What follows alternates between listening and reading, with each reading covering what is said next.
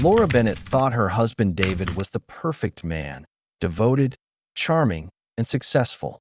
But when a missing woman's name linked directly to him, the illusion of their perfect marriage shattered, revealing a chilling web of lies, betrayal, and murder that had been hiding in plain sight.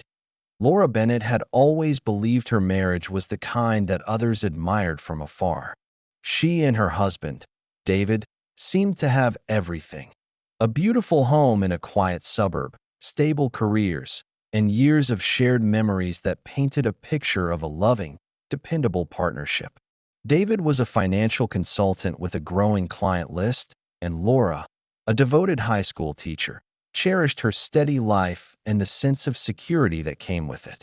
Every morning began with coffee together in the kitchen, and every weekend brought the same routine: grocery shopping, dinners with friends, and long drives through the countryside. To everyone around them, they were the perfect couple.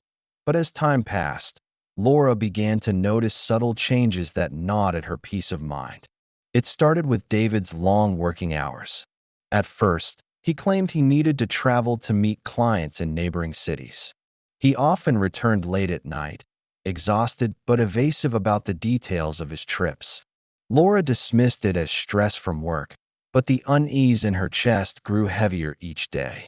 When he began carrying two phones, one personal, one for business, something inside her whispered that not everything was as it seemed.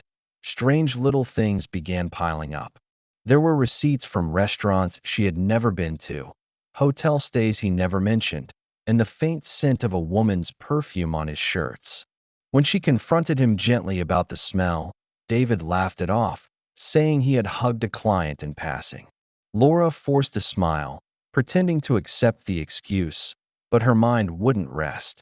The love she once felt so confidently was slowly being replaced by suspicion. The first real crack appeared when Laura discovered a hotel key card in the pocket of David's jacket while doing laundry.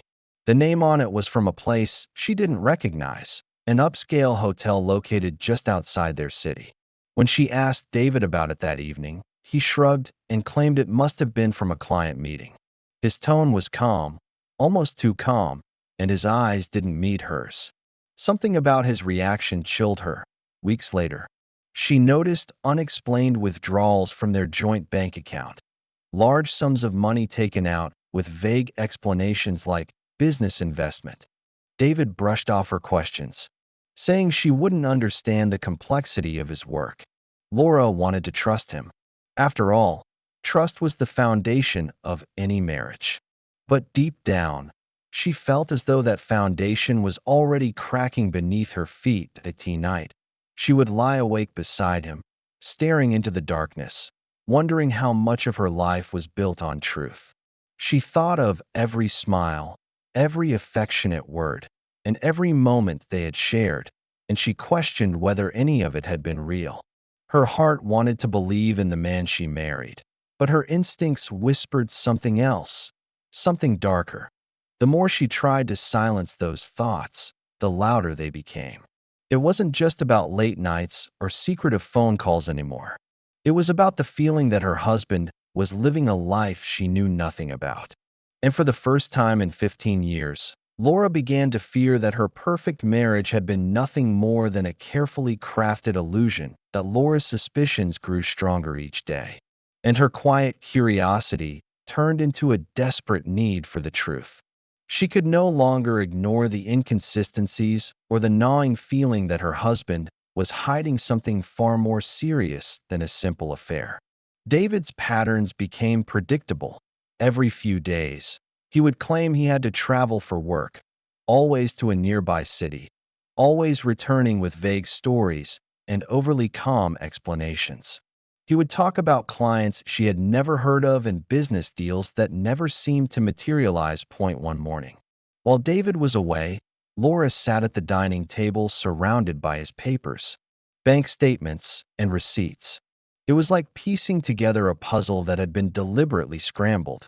The restaurant names repeated across different weeks, and the same hotel name appeared several times on his credit card bills. The more she read, the clearer it became. David wasn't going out of town for work. He was visiting somewhere much closer, somewhere he didn't want her to know about. Determined to find out where he was really going, Laura took a day off from work and decided to follow him. That Friday morning, David kissed her goodbye, telling her he had meetings in another city. Minutes later, Laura left the house too, driving a short distance behind him. Her heart raced as she tailed his car through the highway and onto smaller roads leading to a quiet town about an hour away. When he finally stopped, Laura parked a block behind him and watched. David stepped out of his car, but he wasn't alone. A young woman appeared, walking quickly toward him with a bright smile. They embraced casually, like people who had done it many times before. Laura's stomach twisted as she watched them enter an apartment together. It wasn't just a fling. David had built an entirely separate life with someone else. Back home, Laura searched for the woman online. Her name was Rachel Carter, a marketing professional with a recently updated social media page full of photos, dinners, vacations, and luxury gifts. David's watch appeared in one of the pictures, sitting on a restaurant table beside Rachel's hand. Laura realized that her husband wasn't just cheating. He was funding another life with their shared money. For several days, Laura watched silently from the shadows, collecting pieces of evidence. A photo of David's car parked outside Rachel's building. Screenshots of messages she found when he left his laptop unlocked. And copies of bank statements showing transfers to unfamiliar accounts. Her heart ached, but her anger grew stronger than her pain.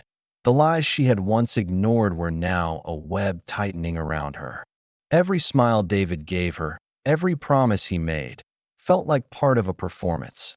But she wasn't ready to confront him yet. She wanted to know just how deep his deception went. As she looked through the pile of evidence she had gathered, Laura realized something chilling. The more she uncovered, the less she recognized the man she had married. It wasn't only betrayal. It was a double life built on lies she had never imagined possible. Days passed in silence as Laura tried to process what she had discovered. Her husband wasn't the man she thought he was. Every smile, every promise of love now felt like a cruel joke. Yet, just as she was preparing to confront him, something happened that made everything spiral into something darker and more frightening than she could ever have expected. It began one morning when the news broke on television. A young woman named Rachel Carter had gone missing. The name hit Laura like a shockwave. The reporter described her as a marketing consultant, last seen near her apartment 3 nights earlier. The camera flashed her picture, and there was no mistake. It was the same woman Laura had seen with her husband. Police suspected foul play, as her car was found near a remote lake, keys still inside, and her phone had gone dead hours after her last known sighting. Laura's hands trembled as she listened. David had been away that same night, claiming to have a late meeting with clients. He'd returned home early the next morning, unusually quiet, avoiding eye contact. When she'd asked how his meeting went, he'd simply said it was exhausting and went straight to bed. Now, that same night was being mentioned on the news as the last time Rachel was seen alive. In the following days, police appeared in their neighborhood, knocking on doors, asking questions. Laura felt her world closing in.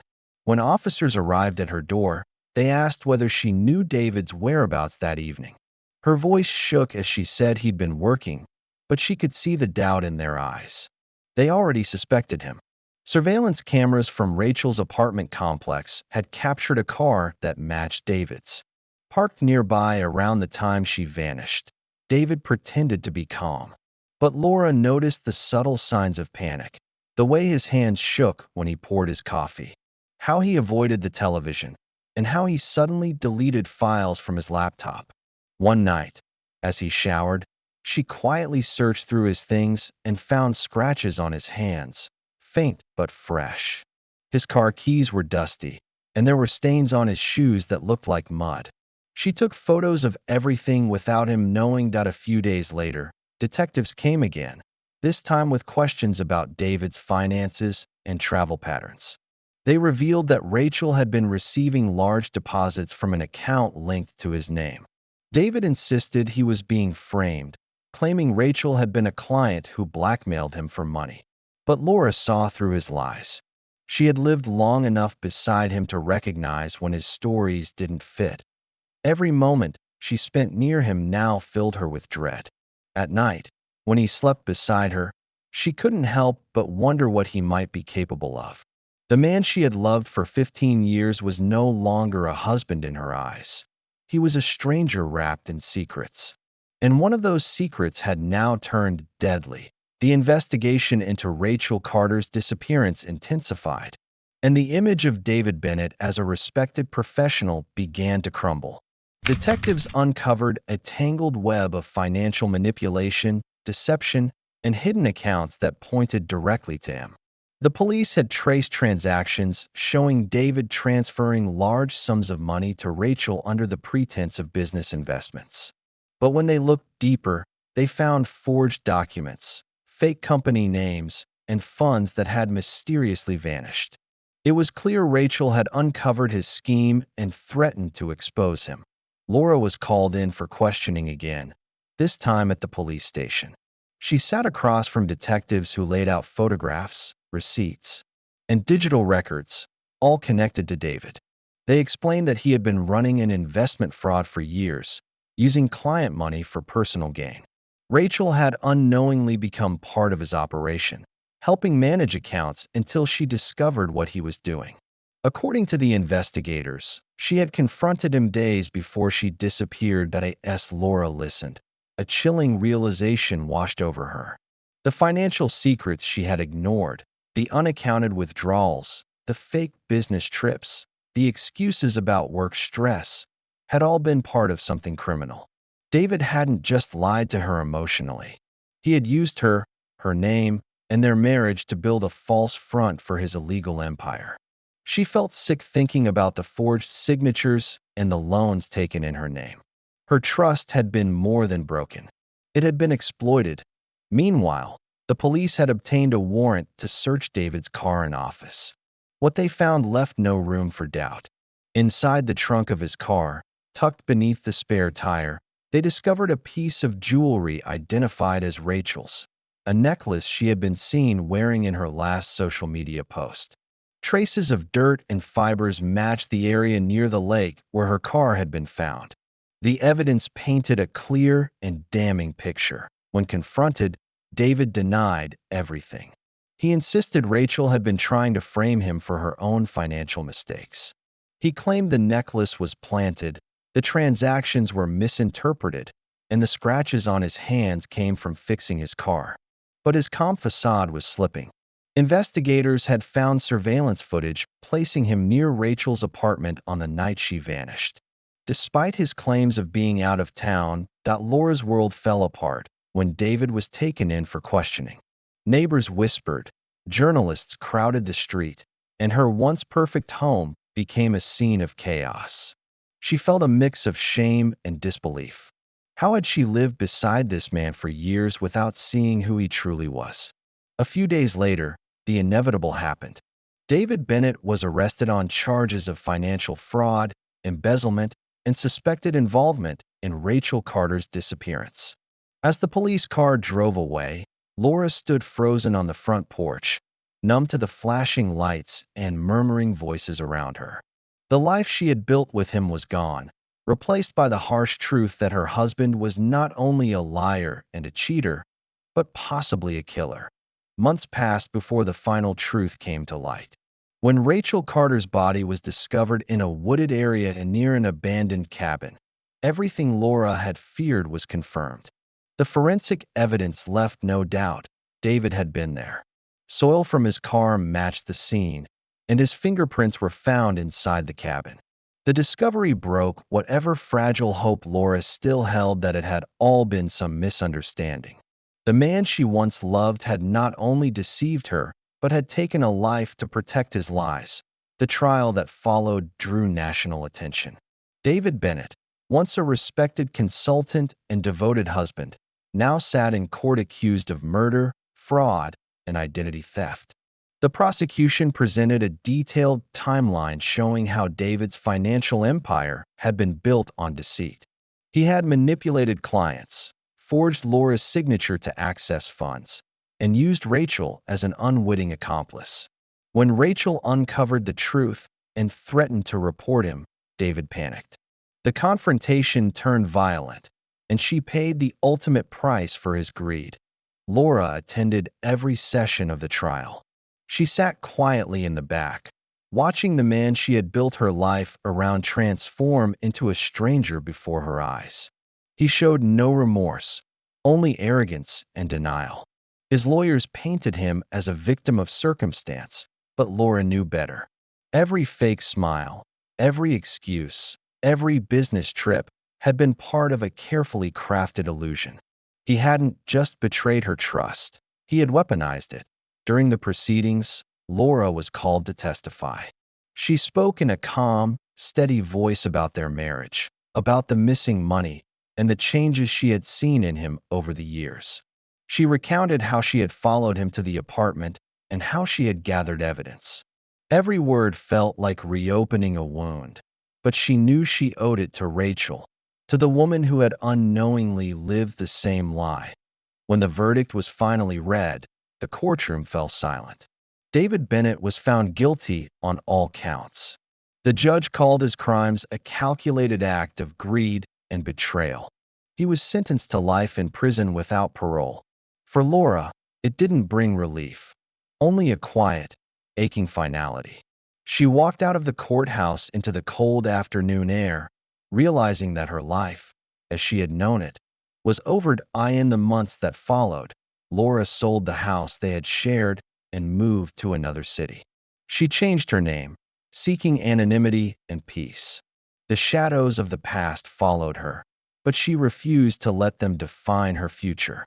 Slowly, she began rebuilding her life, teaching again, volunteering, and speaking at seminars about financial abuse and manipulation.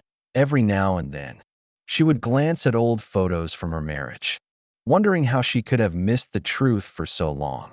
But she understood now that David's greatest skill wasn't just lying. It was pretending to be everything she wanted him to be. In the end, Laura found her strength not in revenge or anger, but in survival.